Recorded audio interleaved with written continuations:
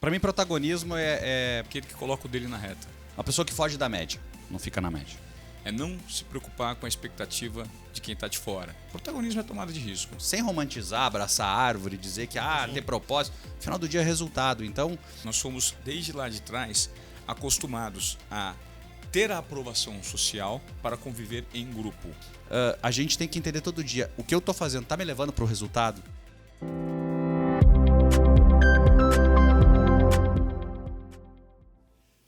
Muito bem. Oi. Por causa do oi ali. Estou contando pra vocês aqui. Oi. Bom, estamos aqui no nosso primeiro episódio oficial, né, Denis? Que maravilha, hein? Do nosso Conversas Inspiradoras. Um sofá, uma sala de estar que aproxima pessoas inspiradoras da audiência para trocar ideias, né? Seja muito bem-vindo você, Denis, que hoje é o nosso co-host. Você fica nos bastidores, manda em todo mundo, mas hoje você está de co-host aqui. Tudo bem, Denis? Tudo ótimo, obrigado, Luiz. Pô, feliz demais desse nosso primeiro episódio e com esses convidados, né? Eles não sabem ainda quem é. Você acha que são bons? Acho que sim, acho que a galera vai São gostar. inspiradores? Pô, demais. Mas pra mim, me inspiraram muito. No denômetro, né? Porque No denômetro. 0 a 10, eles são... 0 a 10 são 10. 0 a 10 são 10. 10 batendo em 11. Muito bem. E hoje o nosso episódio fala sobre protagonismo. Aliás, protagonismo pode ter várias interpretações. Alguns separam ainda a vida pessoal da vida profissional e tem perspectivas, mas esses inspiradores vão poder tratar esse assunto com a gente. Vamos descascar esse assunto para trazer tradução e aplicação. Não vai ser uma conversa tão simples, porque a gente vai apertar esses caras, né? Vamos jogar na quina, né? É isso aí. Muito bem. Então, hoje com a gente nós temos duas pessoas muito interessantes. Primeira pessoa aqui, Carlos Bush, mais de 20 anos como executivo e líder de grandes organizações. O cara não tem nada mais, nada menos do que Harvard, MIT, Singularity, UCI e uma série de patentes. E agora está com o seu livro Muito Além das Expectativas. Como vai, senhor Carlos Bush? Muito bem, prazer estar aqui com amigos aí, feliz. E vida nova, né? Uma vida mais leve agora aí para compartilhar conhecimento, falar de protagonismo. Então estou super feliz aí pelo convite. Maravilha, estamos muito felizes de tê-lo aqui. Prepare-se, não será simples. Não tenha Muito dúvida. bem. Também, à sua frente, aqui ao meu lado, a minha ponta esquerda, ele tem 20 anos de jornalismo e como apresentador também. Além de jornalista, o cara tem Stanford em seu currículo. E tem agora o seu livro Desobediência Criativa, O Homem, o Mito, a Lenda. Ivan Moré. Eu já vou fazer uma correção de cara. A criatividade é o drive que nos direciona. É criatividade pura. Aqui todos são criativos. Primeiro que eu tenho um privilégio enorme de ser convocado para essa mesa, mas é o desobediência produtiva em que a gente usa a criatividade para formatar as paradas. Não, mas isso faz parte. Não, Vamos vamos matar o cara aqui que trouxe o rosto. O cara manda o livro errado. E a pauta, hein? Como é que faz? Esse é verdadeiramente o filho da pauta, só que a pauta dele está errada. Prazer, filho da pauta. Ó, além disso aí, tem um detalhe também que você não colocou, que ele é um baita no imitador ainda. Que ele tem que até no currículo. Beleza, legal. Isso aqui é ocasião. Já Vai virar um stand-up daqui a pouco. Então, o assunto que a gente ia trazer era o protagonismo, né? Mas acho que já desviou, né? Já foi, né? Mas olha só, uma coisa que eu queria dizer, que apesar do tema ser protagonismo, nós estávamos falando lá nos bastidores com os dois, que acho que também ele poderia ser versatilidade, né? Porque os dois... Hoje, nós estamos gravando em meados de março de 2022 e domingo, Carlos Bush estava em Austin, no South by Southwest. E eu, há 5 meses atrás, eu encontrei você, nós tivemos um evento na Growth Conference. Né? Exatamente. E Ivan Moré, esse fim de semana, estava no G4 Club, no meio de um monte de gente importante, e hoje está aqui. E eu encontrei você num outro... Você não deve se lembrar, mas nós estávamos num evento que se chama... de neurociência do Flávio Maneira. Sim, do Maneirinho, o Brain Talks. Brain Talks, exatamente, que fala sobre neurociência aplicada ao negócio. Claro. Então, quer dizer, se tem repertório aqui na mesa, Denão, tá sobrando do lado dos dois, hein? Versatilidade incrível. Totalmente. A gente ganha bem, né, Bush? Não, deixa passar, tá indo bem, deixa isso, tá indo bem, cara. Não, tudo combinado, R$50 valeu a pena, né? Já pagou, agora nós vamos para a pauta. Vamos começar com a pauta falando sobre protagonismo. Antes da gente direcionar o que é e tentar Datá, eu queria ouvir dos dois, em palavras livres, com liberdade poética, o que é protagonismo dentro do universo de vocês. Quem quer começar? Poxa, eu começar? Para mim, protagonismo talvez com palavras soltas assim, a pessoa que não está preocupada em agradar a maioria, não está preocupada em andar na manada, está preocupada em fazer o melhor que ela pode no que ela acredita. Né? No meu livro eu separo em 5 pontos, mas se eu fosse colocar, para mim é muito disso. Não tá uma pessoa que foge da média, não fica na média. Eu acho que a gente poderia definir que o protagonista é aquele que coloca o dele na reta. Basicamente isso. Cara. E consegue eliminar o medo de julgamento do que o ambiente do qual ele está inserido vai gerar. Porque hoje eu noto que a maior dificuldade das pessoas é um clichê. É não se preocupar com a expectativa de quem está de fora. E todo mundo cai nessa equação, mais cedo ou mais tarde. Então, quando você se propõe a ser protagonista, você necessariamente tem que ter esse comportamento, esse mindset de forma constante para que você, de fato, coloque o seu na reta. É tomada de risco. Protagonismo é tomada de risco. Parece que está mais ligado, né, à autorresponsabilidade do que necessariamente a autodesempenho, né? Não necessariamente é ligado a autodesempenho, que também passa muitas vezes, né, protagonismo, como esse é o ponto, né? E aí eu queria trazer um outro lado, falando de um pouco do que é, como que vocês viram, qual é a principal característica de quem não é protagonista? Do tipo, o que não é protagonismo, ou seja, ou quem não tem protagonismo, qual é a característica marcante dessa pessoa? Eu falo por mim mesmo. Eu, na minha adolescência, eu não tinha uma postura de ser protagonista. Né? Eu venho de um ecossistema muito simples e naquela época eu lembro que eu preferia trabalhar mais com a vitimização, a terceirização dos fatos. Era né? uma preferência ou era uma... Eu não sei. Era um fato. Era um fato. Eu digo que eu fui direcionado a isso porque o ambiente que eu vivia era assim. Né? Você tem menos condições, você está num ambiente desfavorável. O caminho mais fácil de você é você reclamar. O caminho mais fácil é você ser vítima da sociedade. Né? Pô, eu lavava caminhão com 13 anos. Né? E o que eu aprendi com o tempo eu acho que o protagonista tem muito a ver com a mente de abundância. Né? A gente parar de ficar vendo o problema e ficar buscando solução. Então, esse foi o gatilho que, para mim, deu certo. Não estou dizendo que essa é a fórmula. Né? E, obviamente, aí a gente vai expandindo o protagonismo. Mas não ser vítima... Já é pelo menos 50% do cara poder ser protagonista. O vitimismo, então, não cabe dentro do não cabe. Na verdade, é o grande inimigo nosso na sociedade, né? Porque a gente vem desde as linhas de produção, o ecossistema que a gente foi inserido sempre foi pela média, né? Eu volto a bater na questão da média. Então, automaticamente, a gente tinha que ser mediano. Ninguém queria que a gente destoasse da maioria. Então, a gente aprendeu, como sociedade, a normatizar. Professor de biologia te faz uma pergunta. Ela não espera uma resposta diferente do que ela botou no papel. Se você responder diferente, você não vai acertar. Você não vai passar na média. Então, a gente já vem de um ambiente assim. Se você tem menos condição, o que eu junto isso traz? Cara, puxa, que situação. A gente realmente vai ter que trabalhar. Protagonista, ele pensa diferente, ele age diferente, ele tem uma força diferente, né? Por isso que a gente associa muito protagonismo ao esporte, né? O esporte talvez é um dos grandes pontos que trazem isso. Seiva, o que tu acha?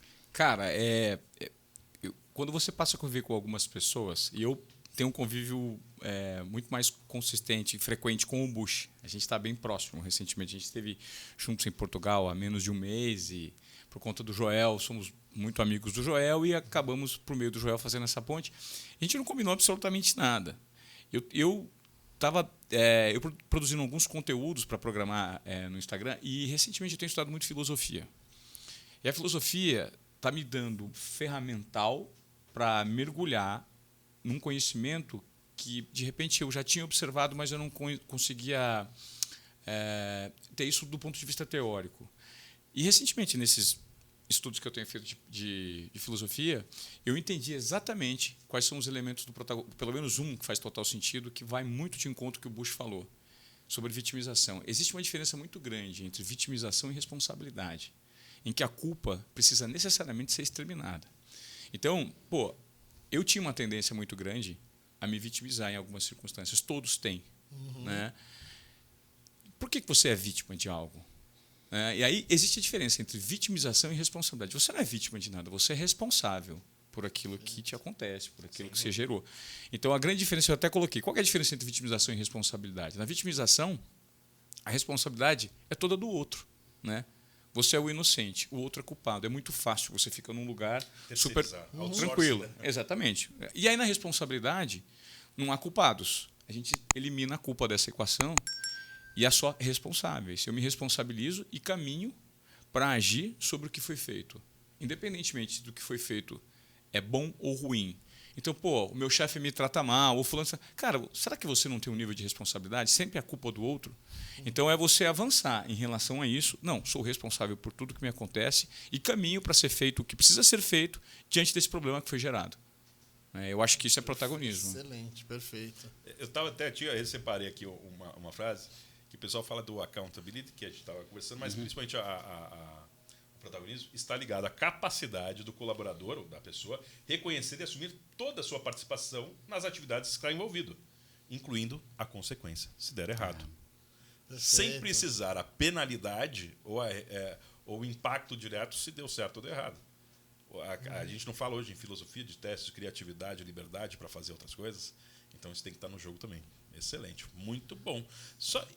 Eu quero comentar, né? Dentro dessa linha, né? Acho que ficou bem claro, né? Você tem o protagonista e você tem a vítima. Talvez sejam os dois lados, os contrapontos disso, né? Se a gente fizer um exercício, acho que não dá para a gente vai exercitar agora, né? Mas a gente teria qual que é? A gente tem mais protagonistas ou mais vítimas na sociedade? A gente tem a média. A média puxa para baixo. Para baixo, né? A média puxa para baixo. A maioria sem, assim, não tenho fonte de estudo para te dizer direto, mas vou pegar sensorialmente Mas sabe por quê? Porque a gente tem uma questão assim, se a gente voltar desde, sei lá, os Homo sapiens, 300 e poucos mil anos, a gente tem um conceito que a gente tem que agradar os outros para ficar no grupo, para se defender. Porque se eu destoasse, eu já tinha um risco. O outlier, ele é altamente expurgado. Então, já vem desde lá que você não pode destoar. E você não querer assumir uma responsabilidade maior é a natureza. Ninguém quer que você assuma mais, quer que você fique na média. Então a gente vem, por essência, nessa posição. Se pega a sociedade brasileira, por que o Brasil, as pessoas no Brasil, elas não têm a mesma condição que um europeu com um americano da América do Norte? A gente tem a mesma composição física, a gente trabalha mais até, a gente come igual. O que nos diferencia? A cultura. E a nossa cultura aqui é uma cultura que não tem protagonismo. Fechar esse meu parênteses. Pega o discurso em 62 do JFK, do Kennedy, nos Estados Unidos. Início da Guerra Fria, a União Soviética já bombando, mandando satélite para o espaço, etc. Os Estados Unidos podendo perder essa Guerra Fria, né? Ele chega e faz um discurso em 62 que diz assim: nós escolhemos ir para a Lua. Ele não disse nós precisamos, nós devemos, nós temos que. Nós Ele disse, escolhemos. Muito forte. Essa é a cabeça do protagonista. Isso é uma cultura protagonista. A atitude, ela está dentro do protagonismo, né? E, ao mesmo tempo que a falta de atitude também, né? Exatamente. Com certeza. Exatamente. Isso bate muito no conceito de desobediência produtiva que eu insisto, que é justamente você... porque, às vezes, em muitos cenários, existe a possibilidade da tomada de risco, tá? E as pessoas até estimulam.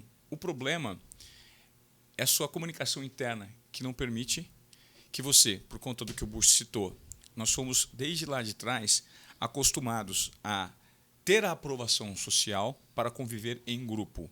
E a partir do momento que você está acostumado a colocar em prática essa aprovação social, você pensa com a expectativa do outro. E essa comunicação interna, para você assumir um protagonismo, ela está muito mais vinculada à sua tomada de risco e aos seus protocolos internos. Porque, eventualmente, você tem uma solução sobre algo que pode estar sendo debatido aqui agora, só que não necessariamente você coloca seu capital social em risco, porque o se diferenciar, o ser de fato um protagonista e o autor de uma ideia, faz com que você coloque o seu capital social em risco. Por quê? Porque é simples. Numa pesquisa realizada em 2015 nos Estados Unidos, com 3 mil pessoas, 41%, a maioria, apontou que o maior medo que eles tinham era o medo de falar em público, do que o medo da morte. Por quê? Porque você carrega todo o seu capital social durante toda uma vida e coloca ele em xeque a partir do momento que você abre a boca para falar e corre o risco de ser apontado e ser julgado. Sim. Então, até que ponto as pessoas têm formação, têm aprofundamento, têm conhecimento, só que não tem uma competência? Porque é diferente de conhecimento de competência. Uma coisa é você ter conhecimento, A outra coisa é você colocar esse conhecimento em prática, ponto número 2. E a terceira coisa é você adequar esse conhecimento, essa prática para o seu ecossistema. Aí você tem uma competência.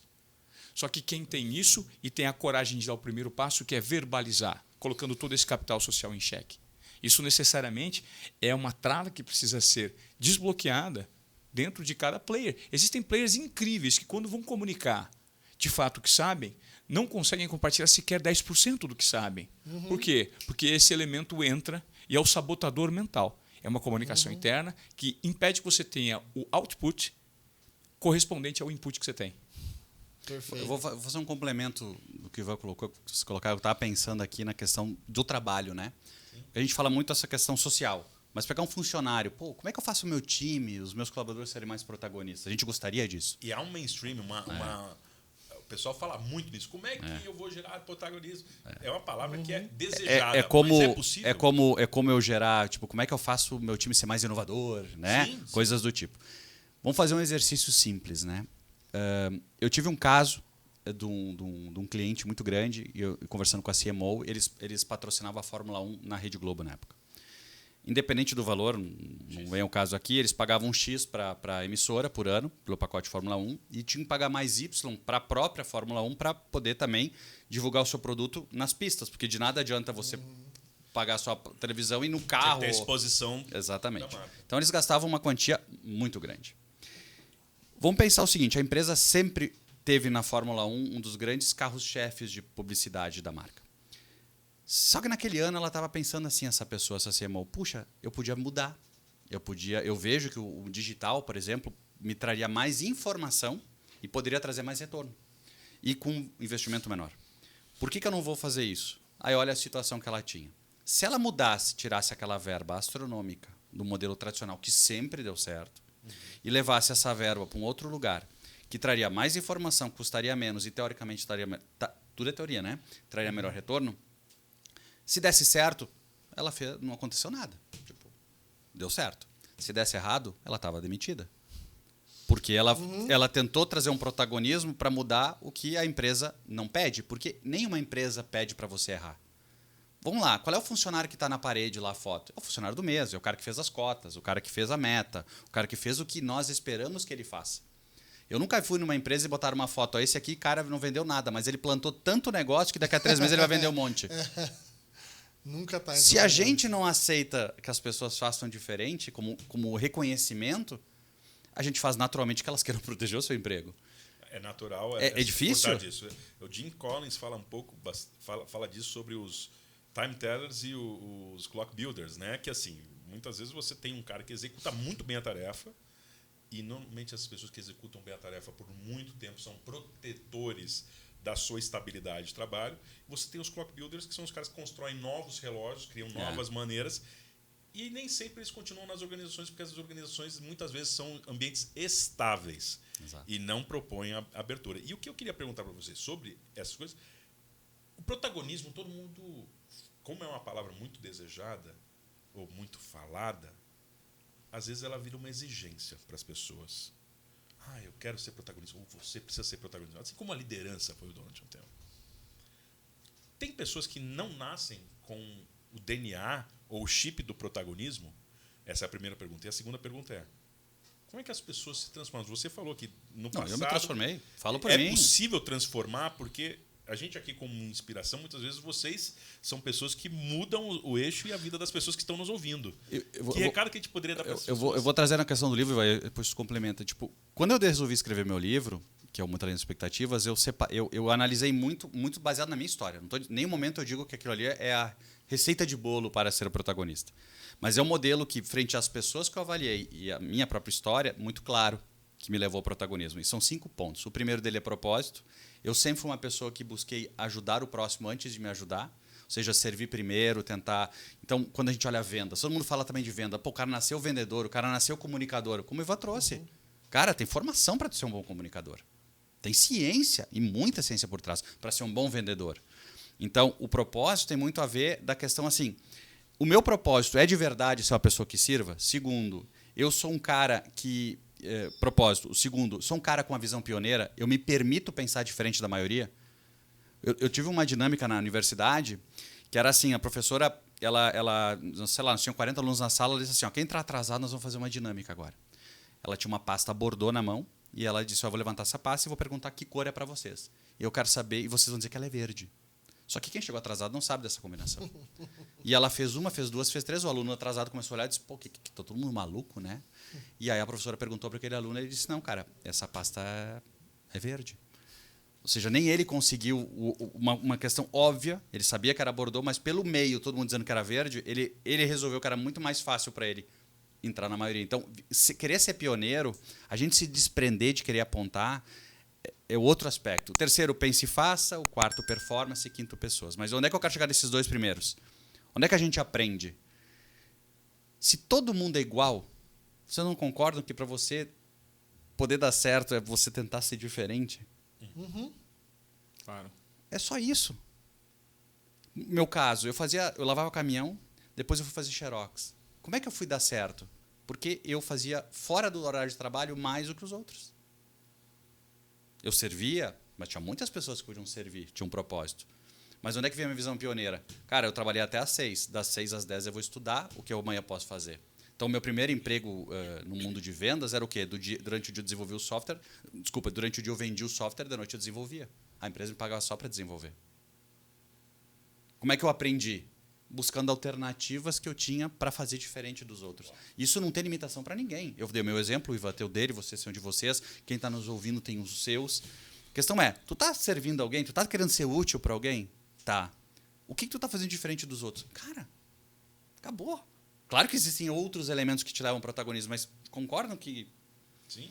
que já começa diferente? E eu tenho exatamente essa sensação, né, de que a questão da coragem, ela está muito implícita ali dentro, né, de ter essa coragem, voltando ao que a gente estava falando antes, né, que não é um caminho, às vezes, um caminho fácil, é um caminho de ter, pô, eu vou fazer isso, eu posso perder meu emprego.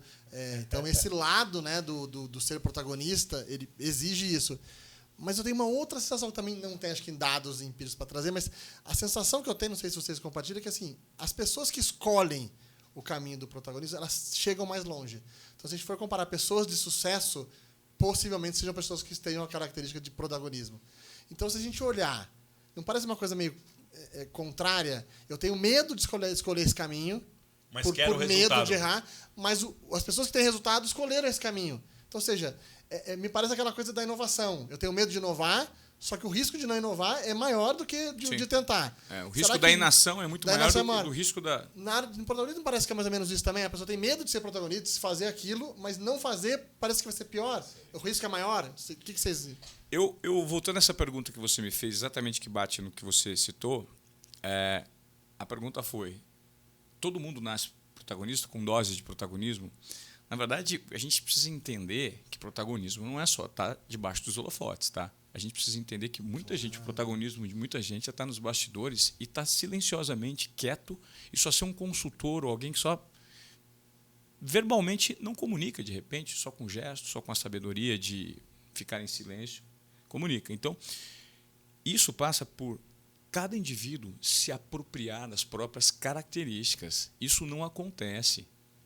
Existem pessoas hoje que não têm uma vocação para falar ou que têm uma vocação maravilhosa para falar, para compartilhar por meio de uma oratória algo e se sabotam, não se apropriam. Ah, mas eu não gosto de mim. Por quê? Porque a sociedade impõe, os movimentos da sociedade impõem na cabeça dessas pessoas o quê? Cópia. A referência é essa, eu sou distante disso, então eu invalido o que eu tenho de característica. Todo mundo, se apropriasse das próprias características e conseguisse entender o que dá prazer, o que gera propósito, no que você transforma, independentemente de qual seja essa característica, eu garanto para você que todos os seres humanos são protagonistas. O problema é que eles não entenderam em que nível de protagonismo eles podem operar. Por quê? Porque a referência sempre vem do status quo. Cara, o que o status quo fala que é ser protagonista hoje? Por exemplo, a minha filha me disse, Mel, 9 anos, o que você quer ser, filha? Produtora de conteúdo. Antigamente, há 5, 7, 8 anos, um menino de 9 anos chegasse, o que você quer ser? Jogador de futebol. Por quê? Porque é o que a sociedade revela em relação à quantidade do valor gerado. O que se gera valor hoje? O que se fala? A gente vive num mundo mergulhado numa cultura digital. Em que essa nova geração fala, eu quero produzir conteúdo, porque você é dono do seu próprio negócio, você ganha uma fortuna, fica famoso e sua vida é linda. Pronto. Tem um encadeamento lógico para isso. Claro. Agora, será que todo mundo quer ter esse tipo de protagonismo? Será que é só isso que é protagonismo? Ou se as pessoas não necessariamente precisam se voltar, porque quanto mais dentro, mais fora. A gente se propõe a entender tudo ou querer gerar valor e expectativa diante do movimento do ecossistema de que a gente está inserido, mas não necessariamente você conhece quais são, de fato, as suas características genuínas, se apropria das suas características e coloca isso para fora, para você aí sim gerar o protagonismo de acordo com o seu perfil. Não, sem dúvida.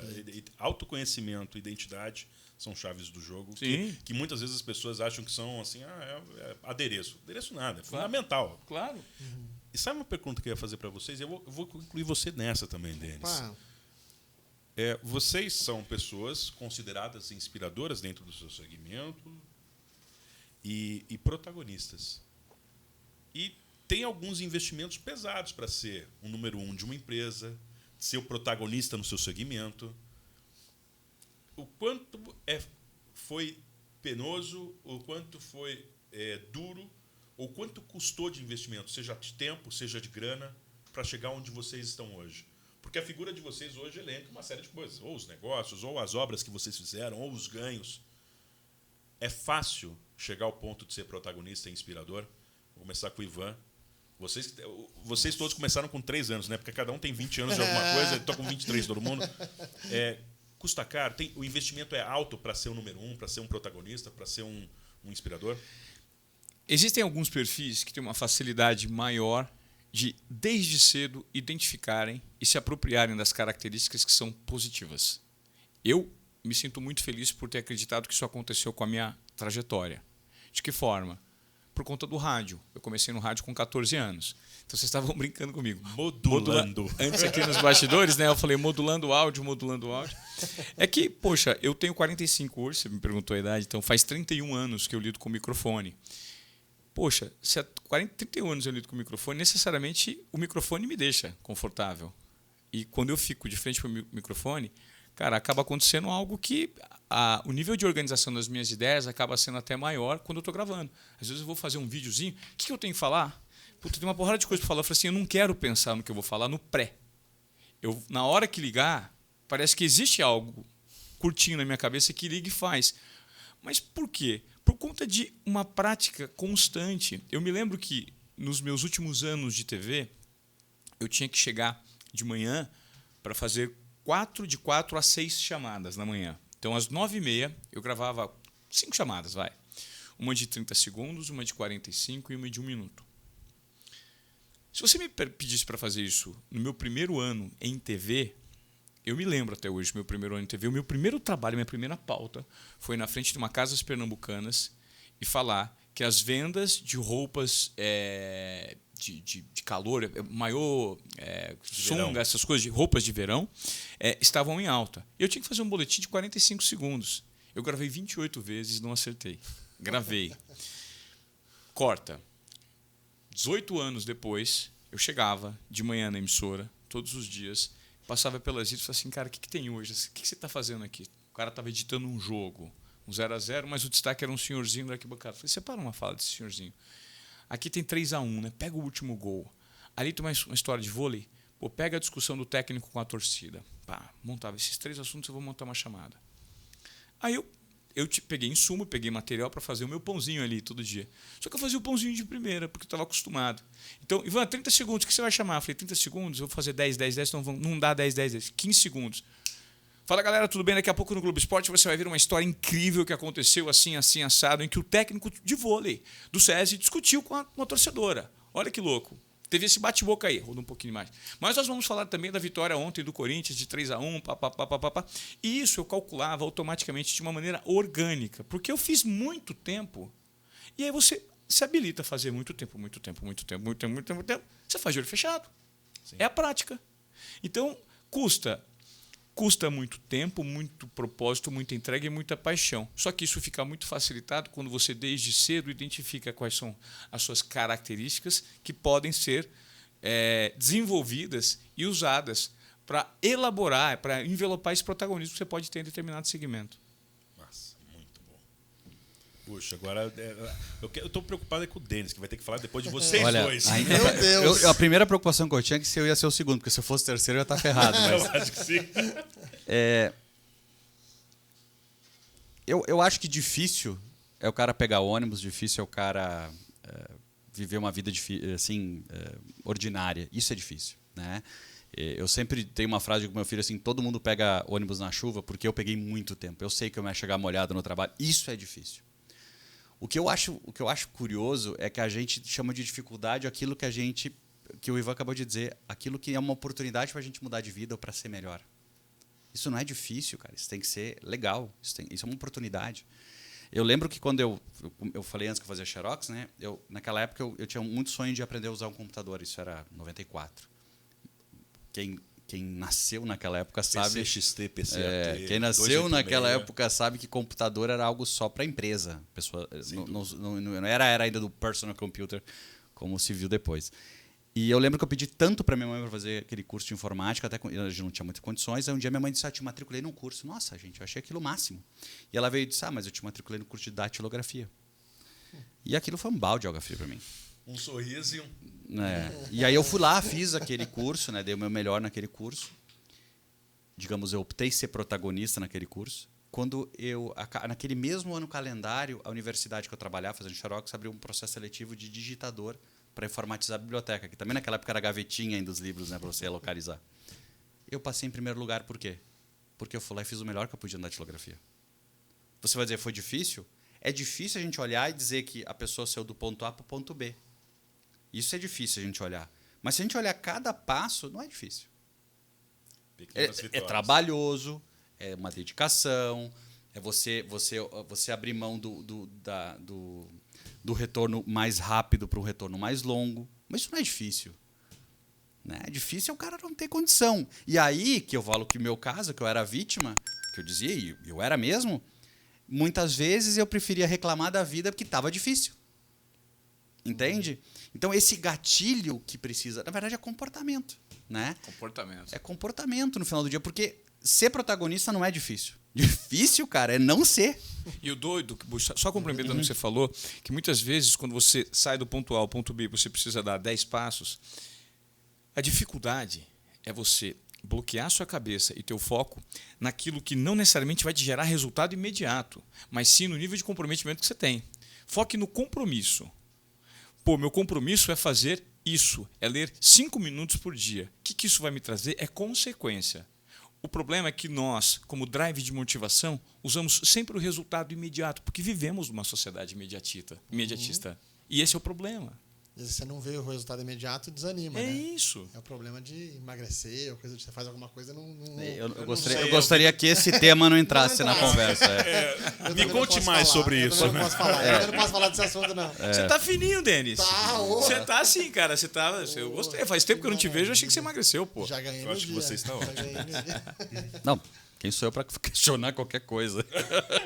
Deles. Difícil responder falar depois dos dois. Não, esse que é difícil. Esse que é difícil. Agora é contigo. Mas você vê que a gente escolheu bem os convidados, hein?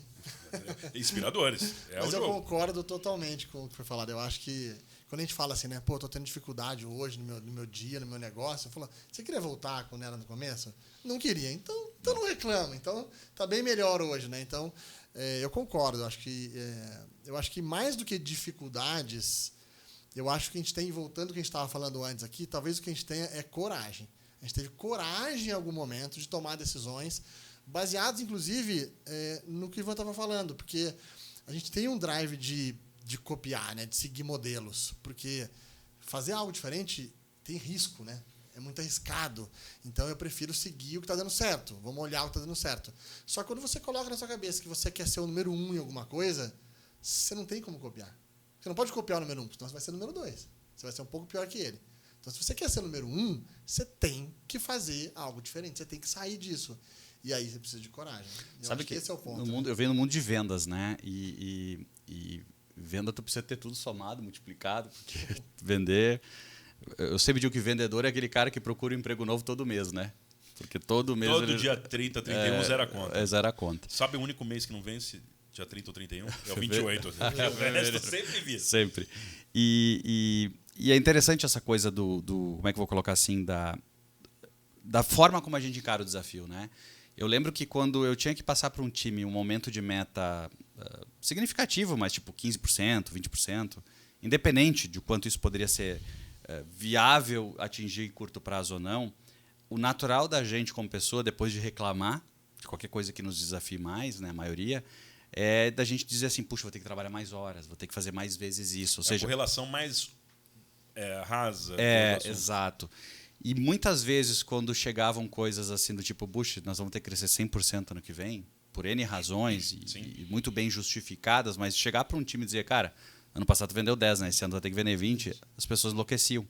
Mas eram os momentos... e eram os momentos mais relevantes, porque alguém que entende que não tem como chegar naquele número, ela vai ter que achar outra forma de fazer aquele número. Vai ter que resetar a máquina como ela pensava. E a gente, quantas vezes na nossa vida a gente faz isso? Né? A gente não faz. Né? Eu estou aqui falando, parece que eu sou o exemplo. Não sou exemplo. Eu quero só trazer... Naquela situação, eu era o protagonista de comandar isso. Mas nas nossas vidas, quantas vezes a gente diz assim, o jeito que eu sei não vai fazer aquilo? Mas isso não tira a necessidade de fazer aquilo. Então, eu tenho que buscar outra forma. Sair do conforto, buscar formas diferentes. Eu acho que ser protagonista, a gente às vezes romantiza. É resultado. Se eu não tivesse resultado na minha carreira, se eu do Xerox, não importa, não ia ser considerado no meu meio isso. Porque o resultado é um dos pilares mais relevantes. Então, sem romantizar, abraçar a árvore, dizer que ter propósito, no final do dia é resultado. Então, a gente tem que entender todo dia, o que eu estou fazendo está me levando para o resultado? Sim. Aí o conjunto de estudo vai dizer que eu sou um protagonista.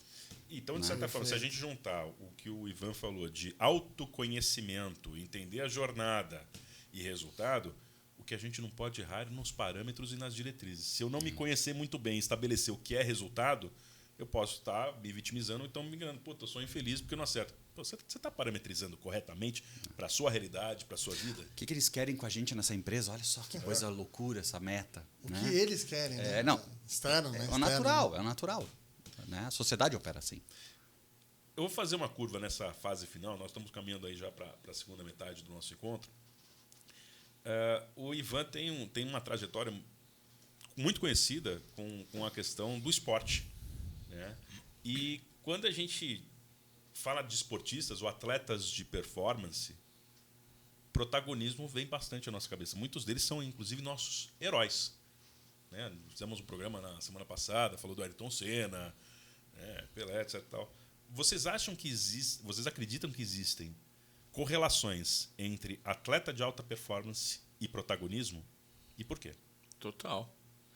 Eles são os protagonistas naquilo que fazem, justamente por serem de alta performance. E quando você está num nível de escala de exigência muito alto, vamos pegar o exemplo do tênis. Né? Como é que você imagina, que é o esporte que deu origem ao coaching, como é que você imagina que duas figuras como Federer e Nadal e uma terceira, o Djokovic, conseguem se manter num nível de performance num esporte que exige, não é a cada partida, é a cada segundo, é a cada minuto, decisões complexas, difíceis, em que a decepção e a superação estão presentes a todo momento. Verdade. O tênis é uma partida, é uma modalidade esportiva que o tempo inteiro o conflito com o jogador é com a cabeça dele. Ele não perde para o adversário, ele perde para si próprio. Né?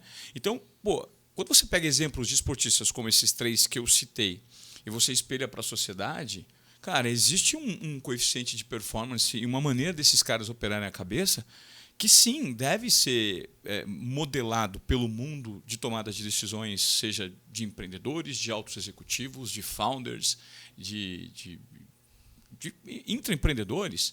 Então, eu acho que essa correlação ela existe, ela faz muito sentido, mas, ao mesmo tempo, a gente tem que valorizar o componente humano de cada um, as fragilidades de cada um, principalmente para quem está do lado de cá.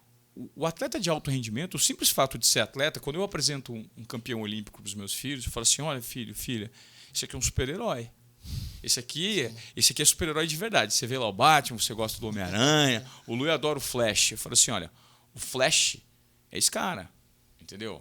Apresentar um corredor de 100 metros para ele. Esse cara é o Flash, porque o nível de entrega é uma jornada inteira de vida.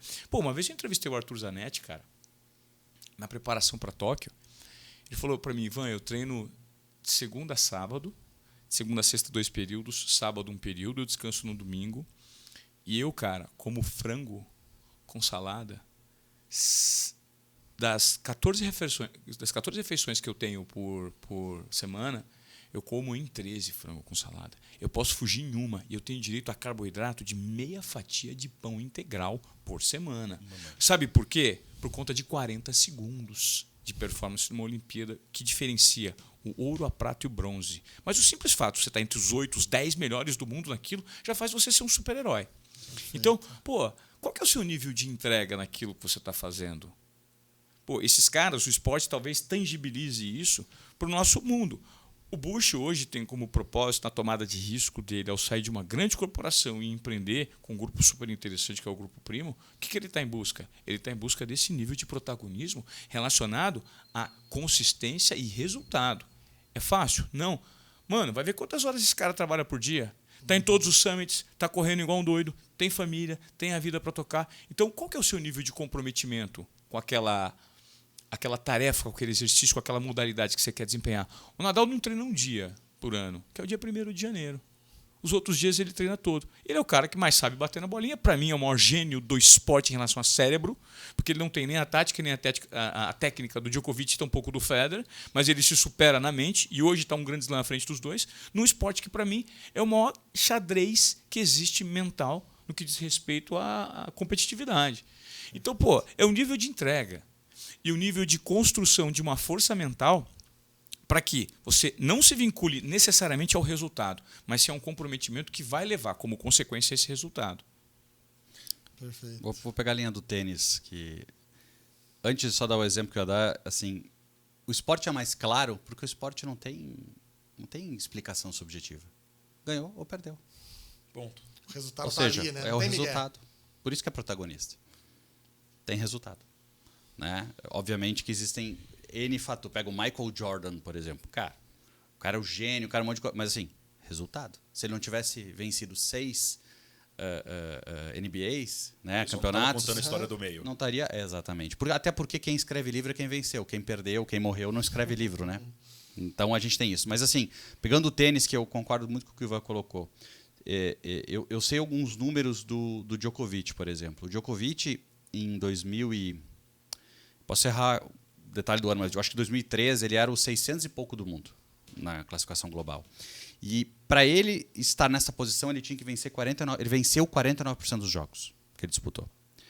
Depois, quando ele foi o número 3 do mundo, já era 2005, 2006. Ele saiu de 49% para 79% de vitórias.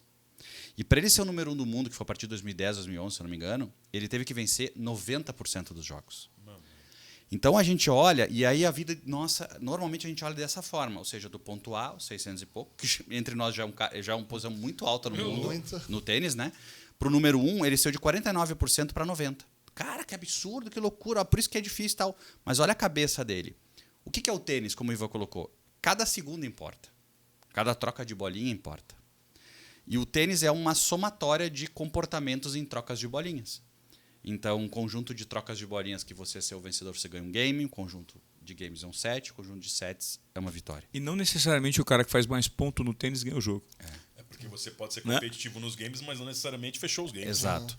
E aí, quando a gente olha os números de aproveitamento do Djokovic naquela época, em aproveitamento de troca de bolinhas, para ele vencer 49% dos jogos, ele venceu, por coincidência, 49% das trocas de bolinhas. Ou seja, menos que a metade. Para ele ser o terceiro melhor jogador do mundo e vencer 79% dos jogos, ele só teve que vencer 52% das trocas de bolinhas. 20% a mais. E para ele ser o melhor jogador do mundo, nos dados de 2010, 2011, eu não recordo exatamente, ele teve que, para vencer 90% dos jogos, ele teve que vencer 55% das trocas de bolinhas, que é o que o Ivan acabou de colocar.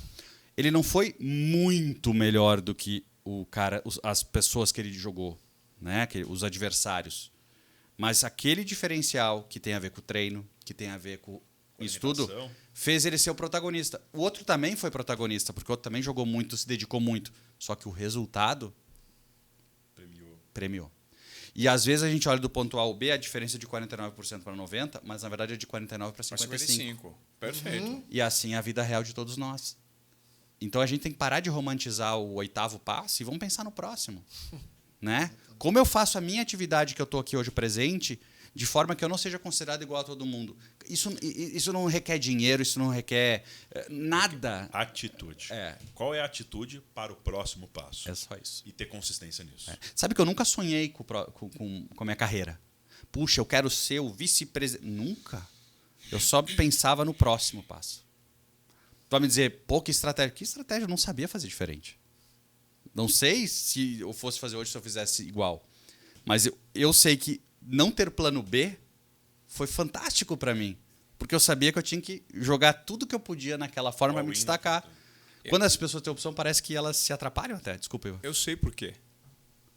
Eu identifico exatamente por quê. Eu ouvi uma frase de um amigo meu recentemente. Eu vi ele empreendendo e estava montando quadras de beach tênis. É um moleque guerreiro e tal. E eu vi ele esses dias compartilhando um vídeo com a nova academia. Eu mandei uma mensagem para ele. Falei, cara, parabéns, cara. Que gostoso ver gente dando certo. Ele me mandou o seguinte retorno. Ele me chama de Bessa. Bessinha, só tem um motivo, cara. Nós não temos outra opção. Ponto, cara. Ou é isso, ou é isso. Eu não tenho ninguém por mim, eu não tenho pai rico, eu não tenho outra opção, velho. Eu cheguei até aqui na unha. E se eu cair e tiver que levantar de novo, é na unha. Você não tinha outra opção, Bush. Ou você continuava lavando o caminhão. Podia ser vítima. Vítima. É verdade. Muito Perfeito. mais confortável. Claro, mas dentro só que do muito seu perfil, mais difícil. dentro do seu perfil comportamental, você não tem outra opção, irmão. Você vai fazer por você. E sabe quando você vai fazer? Você vai fazer até dar certo. Porque não tem. E aí, você traz para um drive relacionado à confiança. O que é confiança? O meu entendimento de confiança é você insistir, persistir, quantas vezes for possível e necessário para que a vitória venha. Quanto mais você persiste na baixa, no erro, mais apto a quando der certo, você ter uma atitude de colocar a coragem para fora. Pega empresário. Quantos empresários estão nos escutando agora dizendo assim, é fácil falar, olha a situação que eu estou passando e tal. Cara, em primeiro lugar, sai do sofá de vítima e passa a estar no sofá do tipo, o que eu farei de diferente para ser escolhido por clientes, para ser desejado por clientes, para ganhar mais margem? Não sei. Entendeu? E se ele tiver este mindset, ele vai encontrar a resposta. Talvez não vai ser a melhor ainda. Talvez não vai ser a resposta que vai resolver todos os problemas, mas assim, eu tenho sentado no sofá comentando, não vai. Não vai reclamando, né? Falando não vai. O outro. Eu lembro, esse outro tem benefícios. Quando começou a pandemia, eu lembro que eu dei participei de muitas lives no início, todo mundo, né? Acho que era a febre de lives. E eu lembro que um comentário, uma vez, me marcou. Um dono de uma padaria, ele escreveu assim num grupo, numa palestra que eu estava dando para alguma empresa, ou não lembro quem era, ele disse assim, é muito fácil falar só de empresa grande, e eu, que sou uma padaria aqui, como é que eu fico com a pandemia? Aí, na hora, eu parei e aquilo me impactou a resposta, mas aí eu parei para olhar, para mim era uma coisa tão simples, vontade de perguntar, mas só uma pergunta, tu ligou para os teus clientes ver se eles estão bem de saúde, primeira coisa? Lembra de servir primeiro, do propósito? Porque eu tenho certeza que se tu tivesse ligado para os caras, ao invés de se reclamar que fechou, talvez tu ia vender pão. Inclusive, muitas pessoas poderiam comprar justamente pelo vínculo pessoal. Então, mas a maioria pensa como? Fechou e agora? Não. Terceiriza a culpa. O que eu quero dizer é o seguinte, não estou dizendo que foi fácil, nem estou dizendo que eu teria as respostas para tudo. Sim. Mas se coloca a servir os outros, tu vai achar solução, cara. Todo mundo tem alguma coisa que pode ser ajudado. Né? Maravilha. Com certeza. Só completando, né, falando do esporte, ainda tem exatamente essa sensação, né? A gente falou que, de novo, a gente está falando de autorresponsabilidade, de não se vitimizar. Você trouxe o exemplo do Zanetti, né? Eu imagino que em nenhum momento ele estava reclamando, né? Porque meu treinador mandou eu fazer isso. Ai, coitado, tem que sofrer. É óbvio, não é gostoso passar por isso, não é fácil, mas ele que escolheu isso. É uma escolha dele, né? Então não é vítima daquilo. Eu escolhi, é o caminho que eu vou fazer. E aí, trazendo de volta, né, para o mundo dos negócios, uma outra sensação, eu queria também fazer uma pergunta. A pessoa que é protagonista, ela está muito ligada também a ter autonomia para tomar decisões, para ser um desobediente produtivo, produtivo, mas um desobediente que vai... E muitas vezes a gente sente que as organizações elas têm um pouco de restrição quanto a isso, né? Agora, vamos não falar mais pensando no protagonista, mas no líder. Pensando nos líderes. O que os líderes têm que ter de mindset para poder potencializar essas pessoas e não tirar essas pessoas da frente, né? Porque às vezes eu sinto que as empresas ainda travam um pouco isso, né? Do tipo, Total. não, eu quero mudança, mas não quero ninguém que tenha muita ideia. Eu quero O criatividade. discurso e a realidade dos corredores da empresa. Eu quero inovar, mas não quero ninguém muito inovador. Muito inovador atrapalha. Vamos pensar. Boa pergunta de Bico. Vamos ver o que eles falam sobre isso. Gostei deles. Eu posso começar, Bush? Eu tô com um pensamento fresco relacionado a isso, porque eu bati um papo recentemente com o Mark Tawil. Eu acho que isso aí é um componente que tem que estar em duas pontas. Tá? No gestor e naquele que é gerido, no colaborador. Cabe ao colaborador mostrar, por meio da sua verdade, se apropriando das suas características que a gente já debateu, quais são os seus pontos positivos que podem, dentro daquele ecossistema, gerar uma transformação que fuja do padrão. Ponto. Tenta provar isso, comunica isso, insiste. Ao gestor, precisa necessariamente ser sensível à comunicação dos seus liderados. Qual que é o grande skill hoje no gestor? Saber conhecer. A melhor maneira de você tratar todo mundo igual é tratando todo mundo diferente.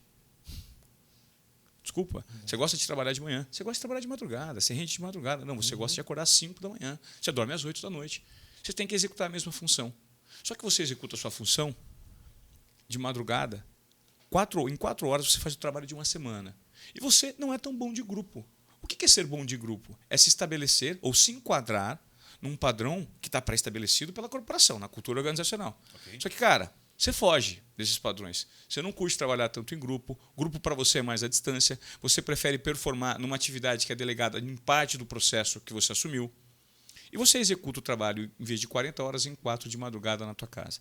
Cabe ao seu gestor, cabe você, sinalizar para o seu gestor que você trabalha dessa forma e que você pode ser sim um outlier, um rebelde corporativo, mas que tem a própria maneira de operar. E que você gera benefício por meio desse protocolo que você segue interno, se adaptando na empresa. E cabe ao gestor identificar esse player. E, mais uma vez, a melhor maneira de você tratar todo mundo igual é tratando todo mundo diferente. Então, dê um tratamento diferente e quebra alguns protocolos organizacionais para que esse cara atenda uma dor que a empresa, ou que o squad, ou que quem quer que seja esteja precisando naquele exato momento e abra precedentes. Eu acho que faz total sentido. Perfeito. Então, isso é ter um comportamento de desobediência produtiva nas duas pontas. Sim. Tanto do lado de cá quanto do lado de cá. Porque, senão, eu não gero uma identificação porque eu não tomo uma decisão, eu sou um colaborador que produz mais. Uhum. Cara, eu vejo que na empresa dá para fazer diferente.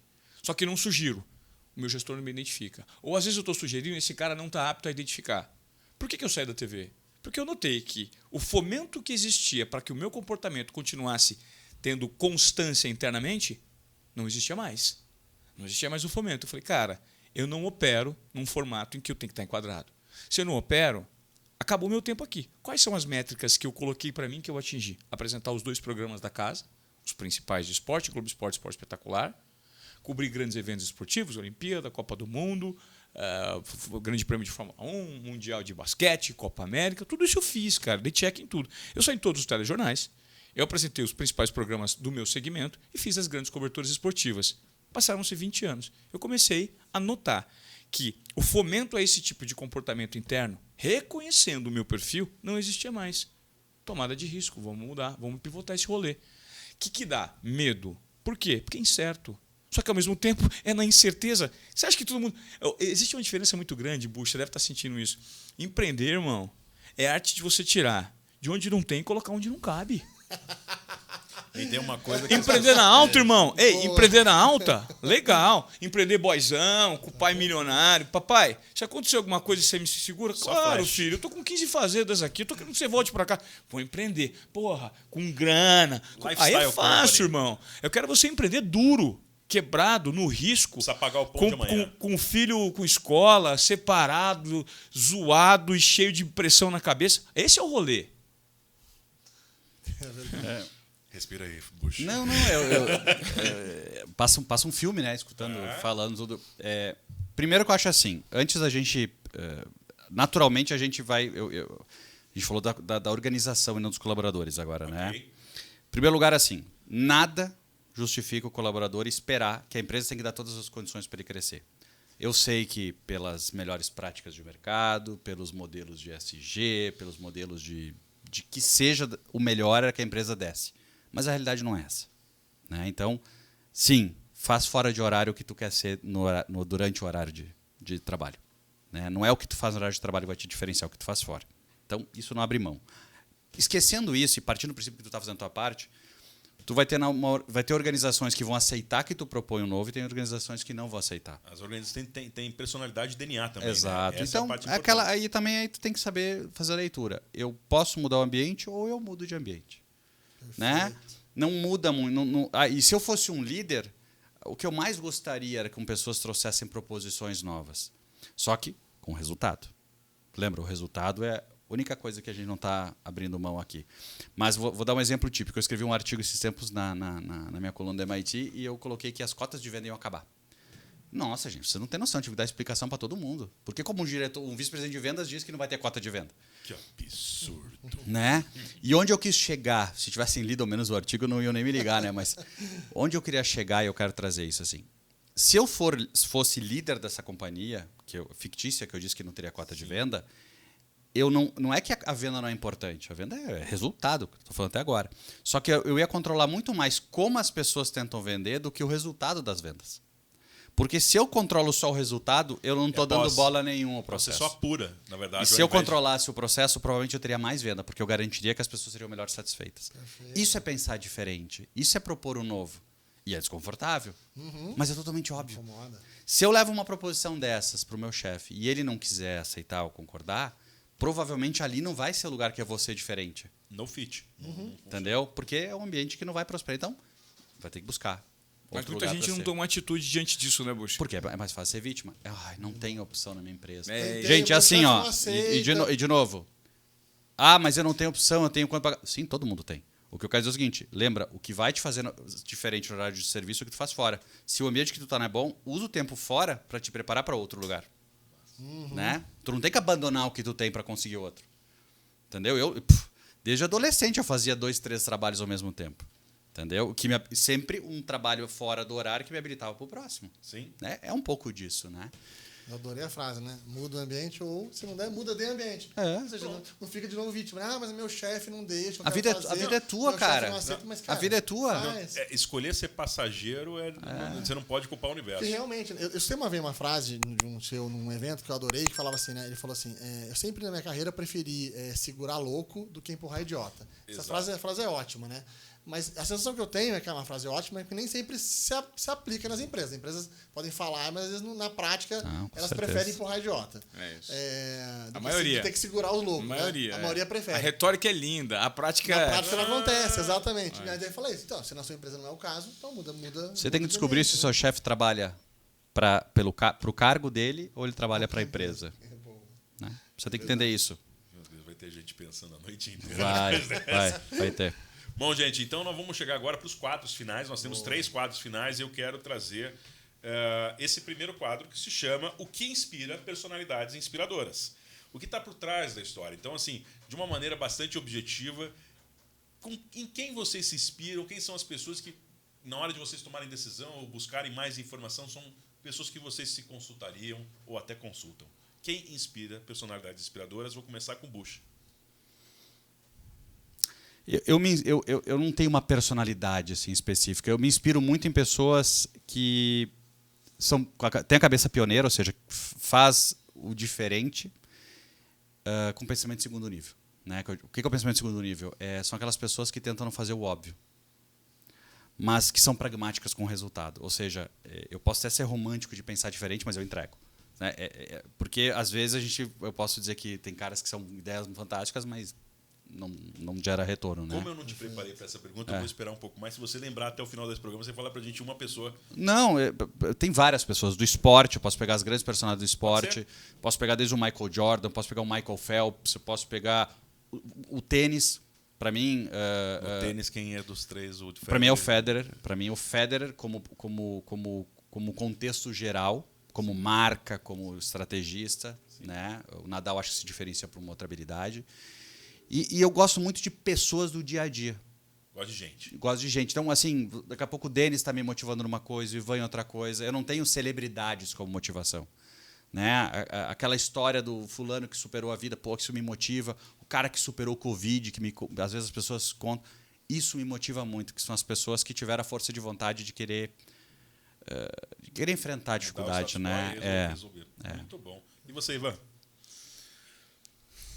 Eu acho que a maior beleza que existe no ser humano, para mim, é a beleza intelectual. e a vontade ou a disposição de compartilhar o quanto elas sabem no ambiente que elas estão, né? Isso é inspirador. E aí você fala, pô, beleza intelectual, Ivan, precisa ser de fato intelectual para... Não, a beleza intelectual está na fronteira do relacionamento que você tem no seu ambiente. Eu acho que a grande sabedoria hoje de pessoas inspiradoras está em você assimilar, porque a vida não é feita do que você consome, mas é feita do que você assimila. Você lê um livro, não assimilou nada, o que adiantou? Você consumiu o livro, mas você não assimilou, né? Você está apto a assimilar conhecimento da rede que te cerca? Do porteiro, da sua funcionária, do seu CEO, do seu grande treinador de artes marciais, eu não sei. Eu acho que essas fronteiras revelam um aprendizado em cada segmento. Eu acho que o fato de você usar a comunicação para compartilhar esse conhecimento faz com que a beleza intelectual se construa nesse ecossistema, sabe? E aí, se você me perguntar uma única pessoa hoje, eu vou falar do momento, porque eu já tive várias pessoas na minha construção de sabedoria, de conhecimento, e hoje quem me inspira bastante é uma professora de filosofia, a Luciana Galvão. Eu tenho estudado muita filosofia por meio dela. Todos os dias eu tenho tentado estudar pelo menos 1 hora. E o curioso é que os resultados são imediatos. E algo que serviu imediatos, porque na mesma proporção que você tem inputs, absorve conhecimento, coloca para fora, porque você faz com que esse conhecimento, ao você colocar para fora, automaticamente depois que você assimilou, você começa a exercitar a sua memória de longo prazo, que é onde reside o conhecimento. Porque se a gente explica alguma coisa aqui, você não colocou nada para fora, pode ser que amanhã você esqueça. Você absorveu algo interessante, mas isso não fica presente na sua memória de longo prazo. Mas a partir do momento que você absorveu um conhecimento e compartilha esse conhecimento, você está aprendendo 2 vezes. E já é um dos passos para você fazer com que isso fique assimilado. Lembre-se, a vida não é feita do que você consome, mas do que você assimila. Sim. Então, eu acho que a beleza intelectual de algumas pessoas e a predisposição de compartilhar o conhecimento que elas sabem por uma boa comunicação é o que de fato me inspira. Perfeito. Inclusive, fazendo sugestão, sou fãzaço também da professora Luciana Galvão. Fica a dica aqui. Procurem, professora Lúcia Helena Galvão. A genialidade, né? A genialidade que ela tem na simplicidade, né? É um negócio incrível. Muito bom. O próximo quadro, o segundo quadro deles, a gente tinha houve uma certa discussão interna na produção. Qual era o nome do quadro? E agora nós vamos decidir em cima da hora. Decidimos. Qual que é o nome do quadro, Denis? Ele não sabe ainda. Inspiração na prática. Inspiração na prática. Porque a gente fala muito de inspiração e às vezes parece algo muito subjetivo, Exatamente. muito distante. E nós temos pessoas da nossa audiência que querem trazer algo a vocês para que vocês, inspiradores, que muitas vezes estão distantes do universo delas, possam dar um conselho, uma mentoria ou uma informação para que elas consigam, na prática, resolver. Parece um papo, que a gente está tendo um papo aqui aleatório. Não falando de um assunto hipotético, não. Estamos falando de problemas reais, né? Do dia a dia. Claro. Então vamos lá, produção, vamos subir nossa primeira inspiração na prática. Fala pessoal da Polo, tudo bem? Estou aqui eu, a Fanny e o José. Tudo bom? Tudo bem, pessoal? A gente quer agradecer muito o convite aí para participar do podcast de vocês, deixar um abraço muito grande aí para o Ivan Moré e para o Carlos Busch. Somos da Campinas Imob e a gente recentemente iniciou um projeto juntos. É um projeto aqui do casal maravilhoso, uma das imobiliárias protagonistas na área de vendas aqui de Campinas, né? E a gente estava justamente hoje numa reunião falando sobre isso, então a pergunta veio bem a calhar e eu quero que a Fanny faça ela para vocês. É isso aí. A gente, sendo um casal, né, que trabalha junto, que nós temos a imobiliária, e agora tendo o Michel como nosso parceiro, como vocês aconselham essa questão do protagonismo numa imobiliária nesse sentido, para que, vamos dizer assim, todos tenham o seu papel de protagonismo, o seu papel fundamental, se sentindo importante, sem que exista o ofuscamento, né, de um pelo outro, e para que todos se sintam aí importantes e participativos dentro do negócio. Valeu, gente. Obrigado. Obrigada. Tchau. É um ponto importante, né? Então, assim, vou ajudar vocês facilitando a resposta, aquela resposta rápida de 30 segundos. De 60 segundos, vai. Eu não acho até menos no meu caso aqui para responder. Primeiro, papéis muito bem definidos, né? Cachorro com 2 donos morre de fome. Ou engorda. Ou engorda, né? Então, papéis muito bem definidos e saber que está todo mundo trabalhando para a mesma causa. Não existe um mais protagonista que o outro se todos nós estivermos na mesma causa, cada um com a sua responsabilidade. Assim eu penso. O protagonismo está na cumplicidade. No caso de ser um casal, cumplicidade é uma das principais características para a manutenção de um propósito maior que vai além do relacionamento. Então, eles são um casal em casa, né? Não sei se tem filhos ou não, mas são um casal trabalhando também. Então, o nível de cumplicidade que está lastreado pelo mapeamento do perfil de cada um. Pô, você é bom nisso, eu sou bom nisso. Quando você errar na sua, eu tenho que encobrir com as minhas características positivas e vice-versa. Quando você consolida e faz um mapeamento dessas características e tem cumplicidade como liga disso tudo, eu acho que a gente tem uma resposta. Perfeito. Muito bem. Tem mais uma? Por favor. Então vamos para a segunda, vamos ver se colocamos lá. Olá, meu nome é Juliana, tenho 41 anos e atuo na área de tecnologia. Quando você fala em protagonismo, eu não posso deixar de pensar no protagonismo feminino. E entendo que para estar nesse papel hoje, não é suficiente que a mulher tenha capacidade de exercer as mesmas atividades que o homem, né, que ela tenha capacidade de ocupar lugares que hoje os homens ocupam, mas ela precisa também cada vez mais se ajustar a alguns estereótipos, alguns clichês masculinos, de ambição, de rigidez, de uma fala mais dura.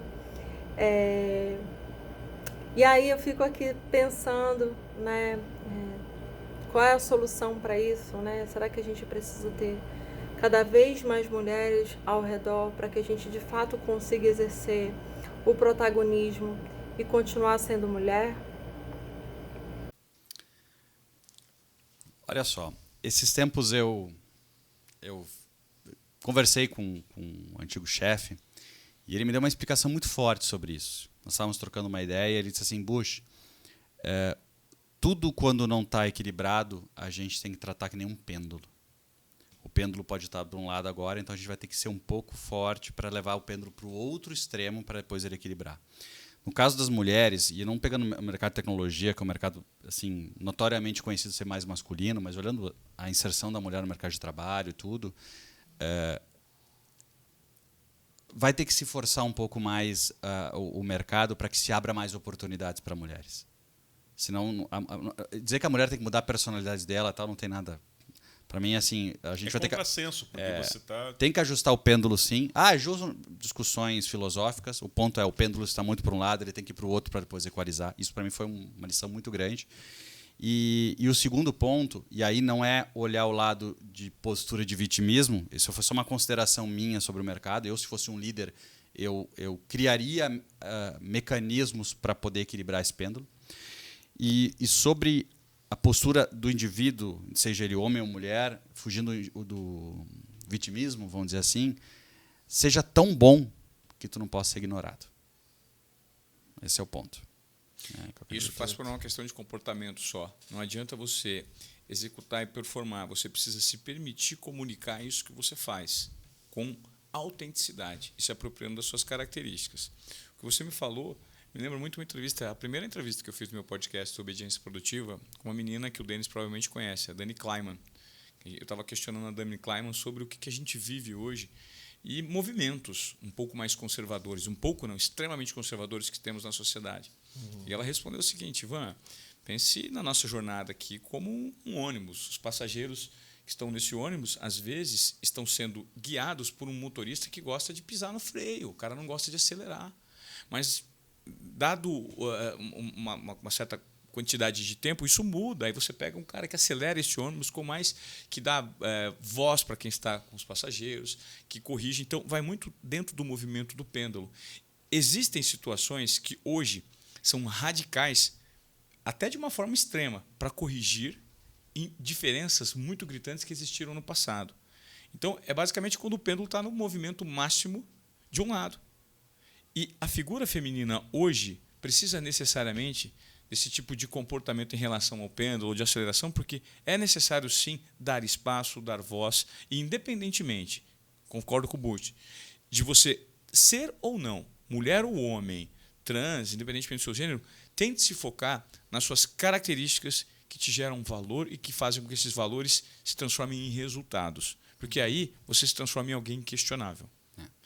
De novo, o ambiente tem que melhorar, né? A sociedade tem que amadurecer, mas não dá para deixar de ter a preocupação de ser o melhor, né? Claro. Acho que isso é importante. É inegociável essa questão. Exato. Bom, eu vou passando agora para o último quadro nosso, porque a gente só teve 1h, acho que foi 1h10, algo em torno disso. Maravilha. E dizer para vocês que, assim como uma palestra, tem gente que gosta de pegar as pessoas inspiradoras. Quero pegar para mim, colocar no armário. Né? São pessoas que queria poder conversar com eles todo dia. E tem gente que fala assim, como é que eu faço para ter um pouco mais desse assunto sobre protagonismo? Se vocês tivessem que orientar e dar uma sugestão do que é a página 2 do que nós conversamos aqui, o que vocês sugerem às pessoas? E, se quiserem também, não por um jabá, mas também porque na curadoria que nós fizemos para trazê-los aqui, as suas obras e a sua jornada contribuem para o assunto protagonismo, podem falar também. Então, qual que é a página 2 desta conversa e o que vocês têm a ofertar no mercado sobre esse assunto? Eu indicaria 2 filmes, Last Dance, que não é um filme, né, uma série, e King Richard, que é um outro filme fantástico. Indicaria meu livro, porque eu escrevi pensando nisso, então eu acredito fielmente no que está, o livro é muito além das expectativas. E fico à disposição nas redes sociais o que eu puder contribuir desse assunto então, também. Vamos colocar aqui, quais são as suas redes sociais que você mais trabalha? Carlos Busch. Carlos Busch, B-U-S-C-H. Isso aí. No Instagram, LinkedIn também. Todo igual. Onde tudo quiser igual. achar. É isso aí. Tá maravilha, muito bom. Ivan? Série no Netflix, Playbook. São 5 episódios de 30 minutos. É incrível que eles pegam os exemplos e os pensamentos que se transformaram em prática, adaptados ao meio, por 5 grandes treinadores do esporte. É muito legal. O destaque para o Patrick Mouratoglou, que é o treinador do tênis, que fez com que a Serena tivesse uma guinada na carreira depois de que muitos achavam que ela já estava em fim de carreira. Podcast Desobediência Produtiva. E você que está ouvindo esse podcast, se você tem vontade de contratar uma palestra, cara, eu te garanto, você não devolve dinheiro.